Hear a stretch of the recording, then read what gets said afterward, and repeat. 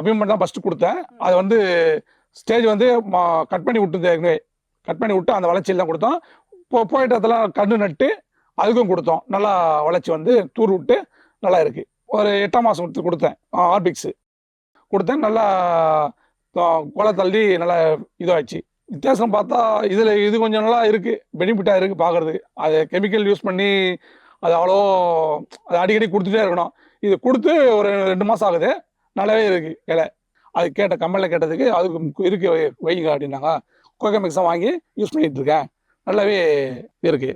2 time கொடுத்துருக்கேன். 3ஆவது time இப்போ வந்திருக்கு. இதுக்கப்புறம் கொடுக்கணும். தென்னையடி நட்டு ஒரு வருஷத்துக்கு மேலே ஆகுது. 1 வருஷம் கிட்ட ஆகுது. என் பேர் பேரானந்தம். நான் நங்கமங்கலம் என்ற கிராமத்தில் இருக்கேன்.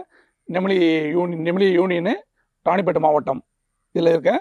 இந்த வாழைச்செடி வந்து நான் ஒரு 2 வருஷமாக வச்சுட்ருக்கேன். கெமிக்கல் மருந்து தான் யூஸ் பண்ணிகிட்டு இருந்தோம். இதை நான் ஃபேஸ்புக்கில் தான் பார்த்தேன்.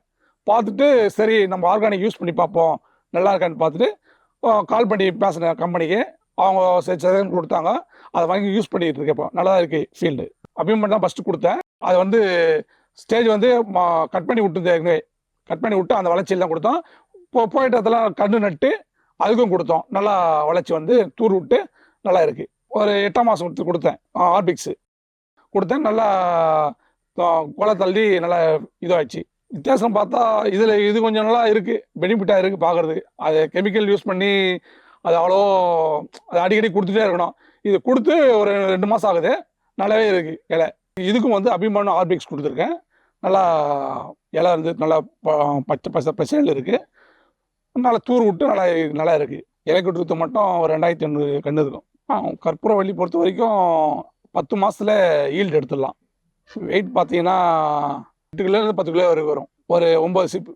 வாழைச்செடி யூஸ் பண்ணது அப்புறம் தான் கோகோமெக்ஸ் கேட்ட இந்த தென்னஞ்செடிக்கு வச்சுருந்தேன். ஒரு 40 செடிக்கு மேலே இருக்குது. அது கேட்ட கம்பெனியில் கேட்டதுக்கு அதுக்கு இருக்கு வைங்க அப்படின்னாங்க. கோகோமெக்ஸ் தான் வாங்கி யூஸ் பண்ணிகிட்டு இருக்கேன். நல்லாவே இருக்குது. 2 டைம் கொடுத்துருக்கேன். 3ஆவது டைம் இப்போ வந்திருக்கு. இதுக்கப்புறம் கொடுக்கணும். தென்னையடி நட்டு ஒரு வருஷத்துக்கு மேலே ஆகுது. 1 வருஷம் கிட்ட ஆகுது. மாற்றம் நல்லா குத்து நல்லா இருக்குது. வருது இல்லை குருத்து வரது.